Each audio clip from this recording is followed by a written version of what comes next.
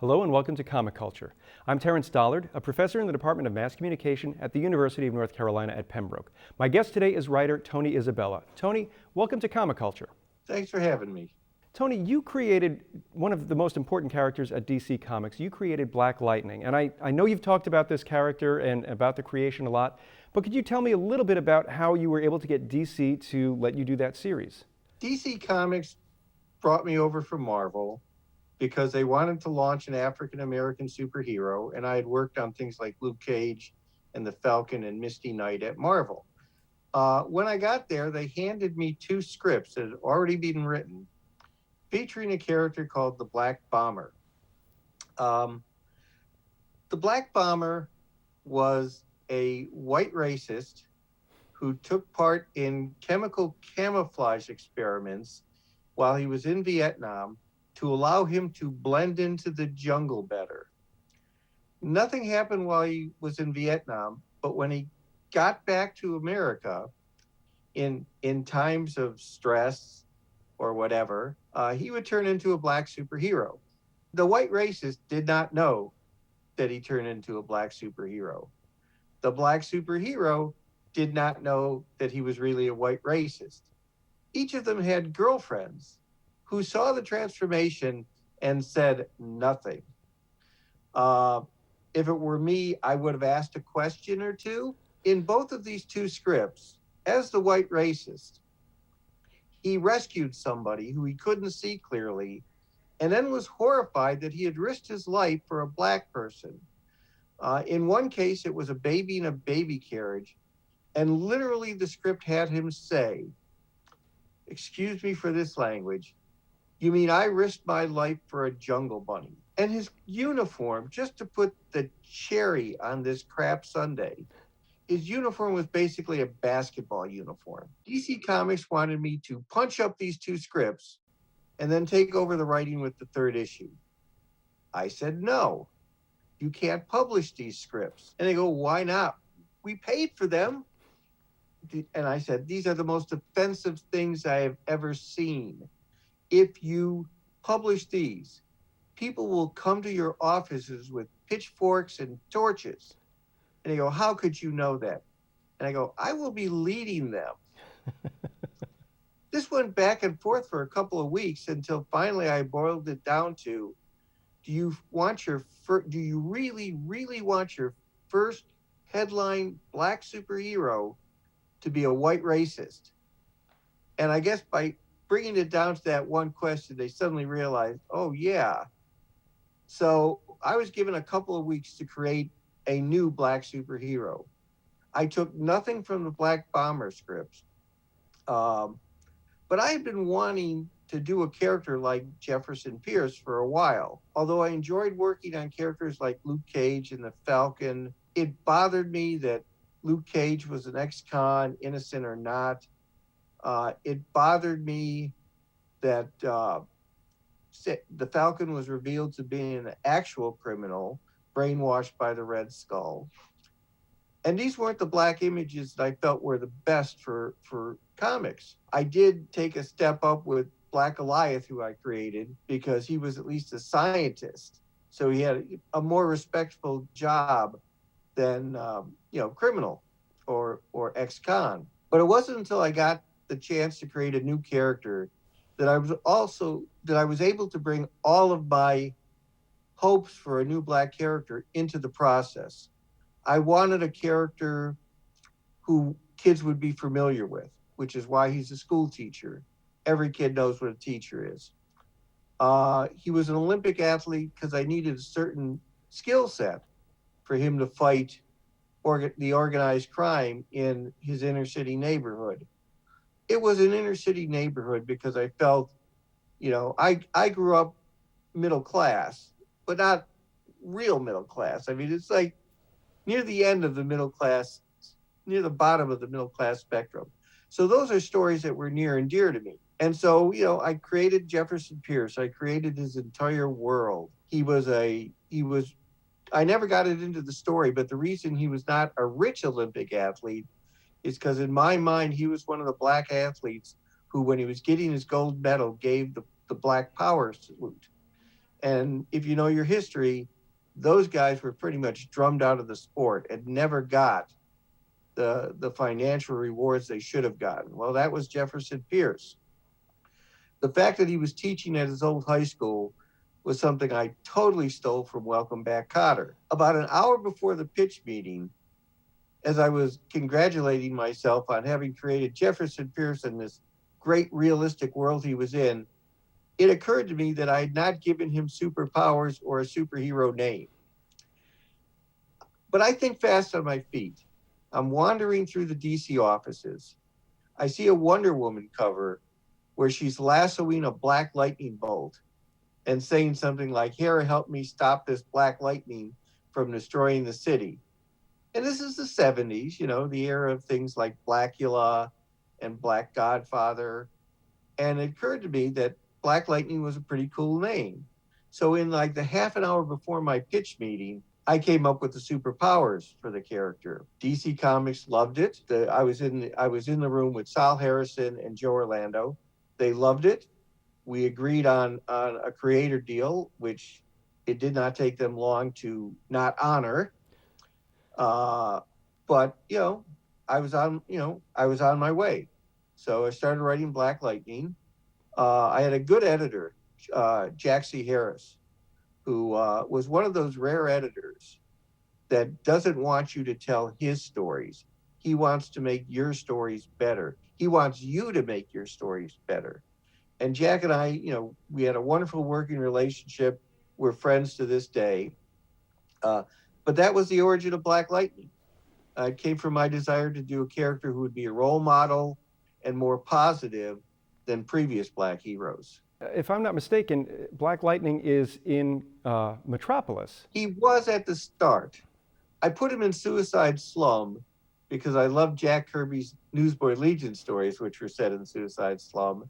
And also because I just felt that the idea of this organized crime going on pretty much, behind Superman's back, because Superman was too busy with the big things to think about the little things. And that's where Black Lightning fit in, taking care of the inner city problems. And that was actually what I was going to ask you about, because it seemed like, if you're setting up a shop in Superman's backyard, he's bound to notice. But I think it also, you may have been subconsciously, I'm not sure, but you may have been thinking about the fact that a lot of things happen and certain people in power might, kind of ignore it because it's in that neighborhood. And maybe, having a character who's going to take care of the neighborhood that they live in is a positive message. I never attributed Superman's inaction to malice. But let's face it, the bigwigs on the coast consider most of America in between New York and Washington and Los Angeles to be flyover territory. They don't notice it. They don't think about the concerns of those areas, except like, when they want to rig elections or anything. But no, so that was, Superman is saving the world, 3 times a week, twice on Thursday. And just, he knew that there was crime, but he didn't realize, and he couldn't do anything about it. That was another part of this. They see Superman coming a mile away. He can't get down and get in there dirty with the mob. It's just not within his abilities because, again, he is so gaudy, he is so easy to spot that, you got to get down in the gutter to fight these kind of criminals, and that's not something Superman ever excelled at. You mentioned getting down in the gutter and fighting criminals at their level.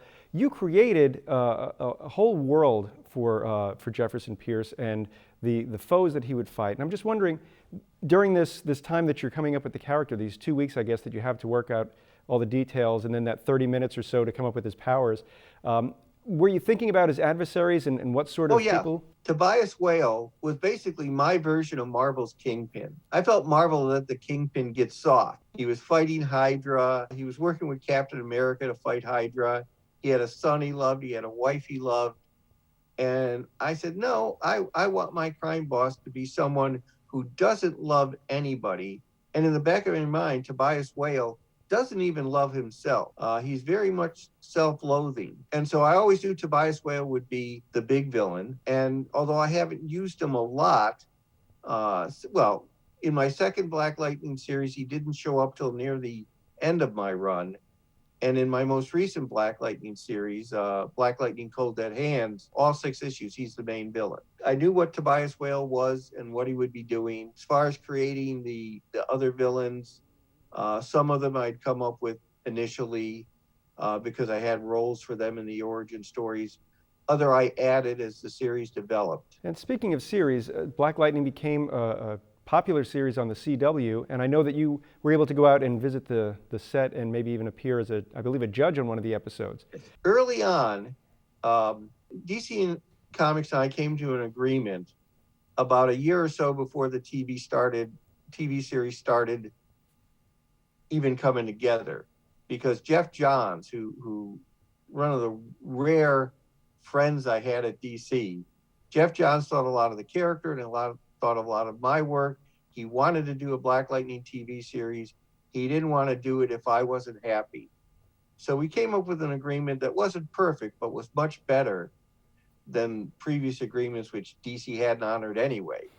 You know, I wrote a core values paper for Black Lightning. And then when they hired brilliant Salim and Mara Brock Akil to showrun the series, we had hours of conference calls because they really wanted my input. They really wanted to do justice to my work and to respect my work.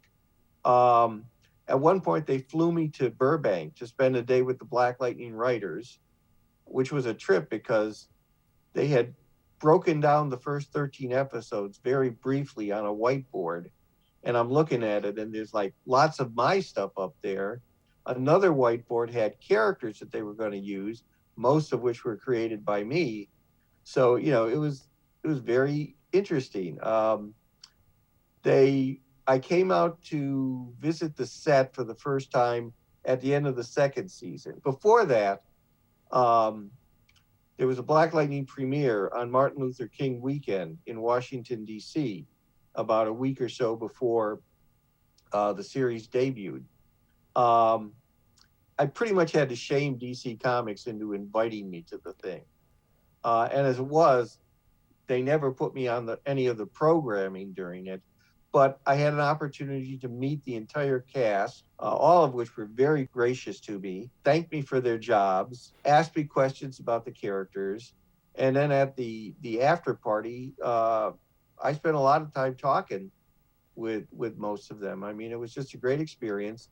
I visited the set at the end of the second season. I went to the wrap party, and then I went to the set for the last 3 or 4 days of filming. And then I was back to visit in the third season, and that's when I did my cameo. But I've been in constant contact with writers and stars of the show. I mean, they would email me, they would send me Twitter messages, they would call me up, and we would talk. You know, I would answer their questions. I've never been in a situation, I never expected to be in a situation where hundreds of people are doing my character, doing their best to honor and respect my work. And I mean, they did. I mean, they adhered to the core values of Black Lightning. They brought in their own often brilliant stuff, but at the base of it, there was always those core values for the character. I was going to ask you about that core values document that you worked on, because it seems, you know, a lot of times we hear about it, there's a series Bible or you know, just some sort of breakdown of what the characters would or would never do. So what would be one of the core values that you thought Black Lightning should have? I can sum up Black Lightning's core values in basically one paragraph. I mean, I expanded on it a little bit, but here's the basic.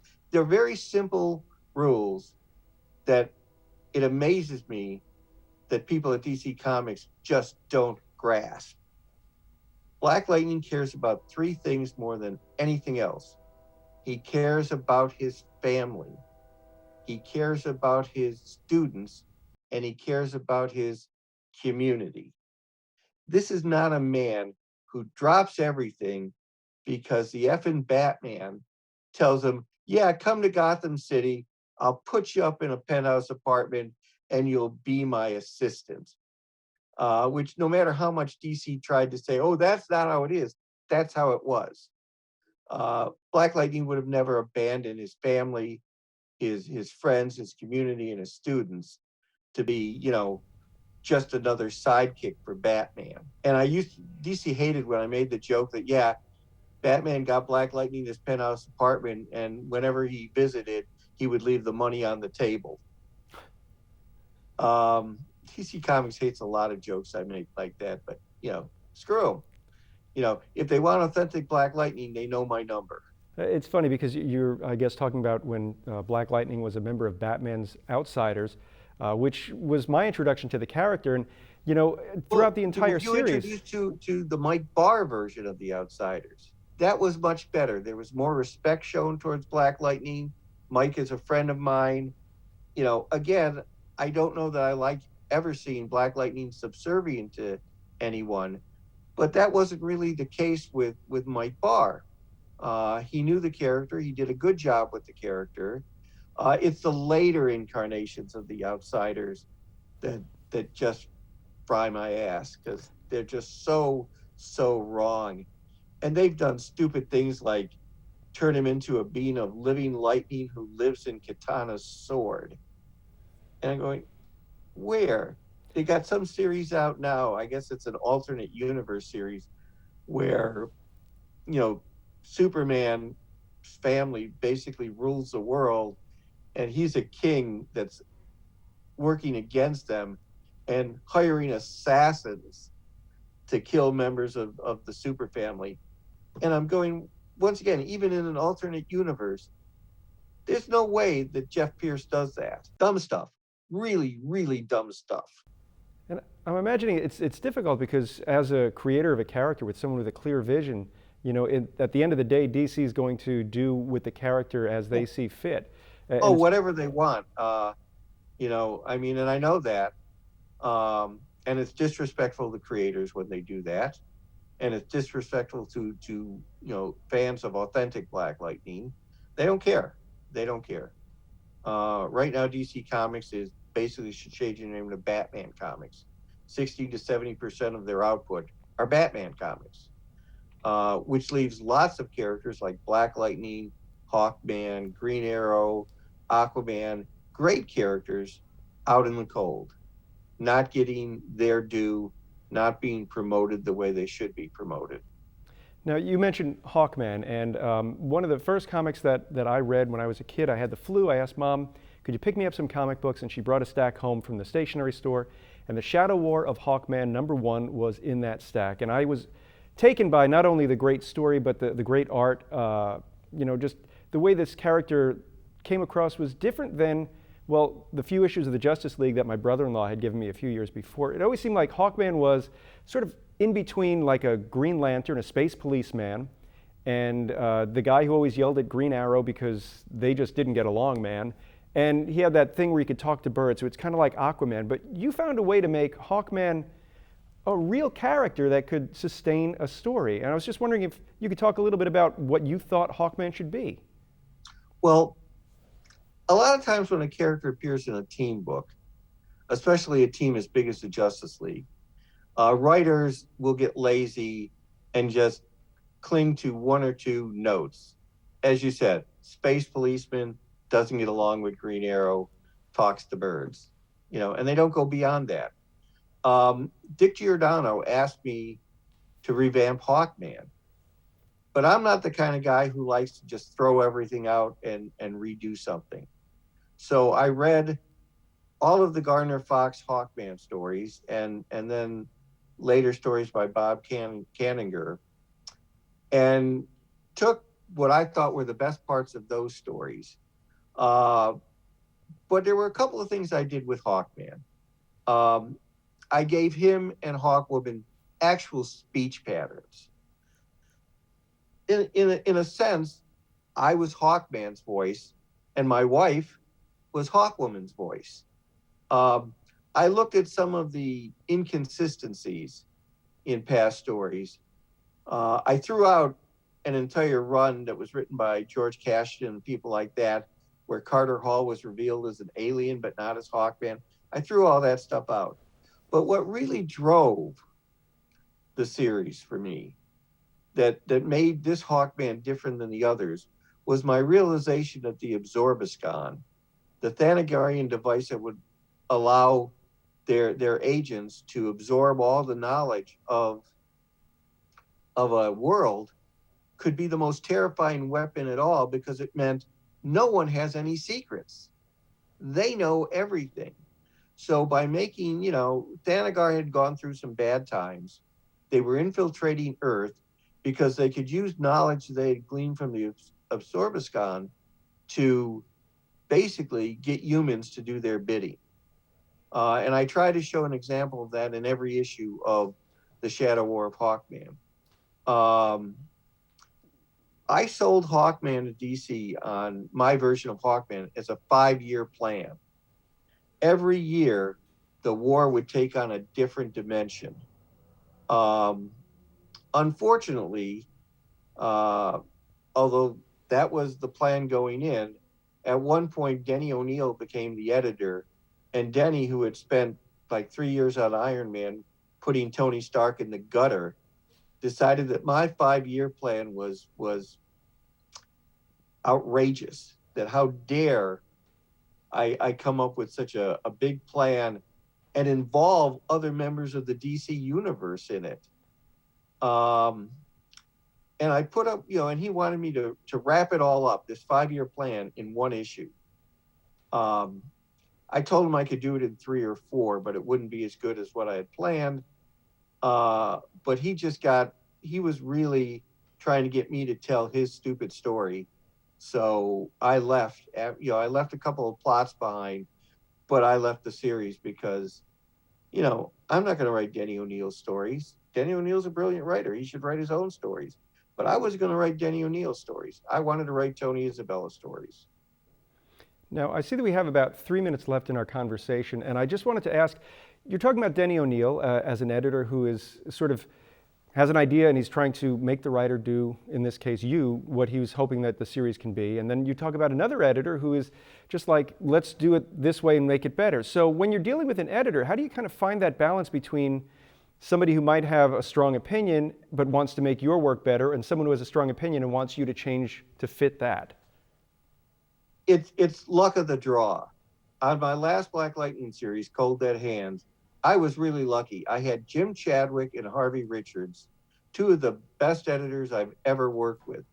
They never tried to get me to tell their stories.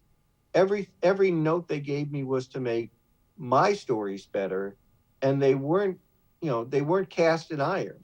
We could discuss things, and sometimes I gave them what they asked for, and sometimes they gave me what I asked for. It was a great working relationship. I would work with either of those 2 guys again. They know how to find me. Unfortunately, Harvey was let go from DC, and Jim was moved into another part of DC where he's working on young adult graphic novels and the like. But those were great editors, and it's luck of the draw. Roy Thomas was a very supportive editor at Marvel. Later Marvel editors, not so much. They wanted to put their mark on other people's stories. I would imagine it's frustrating when they do that, because as a creator you have a desire and a drive to tell that story. And I know we have about a minute or so left, but if you're working on that fine line, do you kind of bend a little bit and hope that they won't ask for everything, or do you just kind of say, I'm going to go all the way my way and see if they complain too much? I've almost never bent to the will of others. I have just gone ahead and done it my way. But again, I like editors that I can have conversations with about this stuff. I'm not looking to be a hard ass. I just want to tell my story, which is generally the story that they asked me to write, and tell my story my way. And again, those are the best editors, the ones who want you to tell your story as well as you can. All right, well, I believe we've just about run out of time, Tony. I want to thank you so much for taking time out of your schedule to talk with me today. It's been a fun half hour. Well, thank you. Thank you. And I'd like to thank everyone at home for watching Comic Culture. We will see you again soon.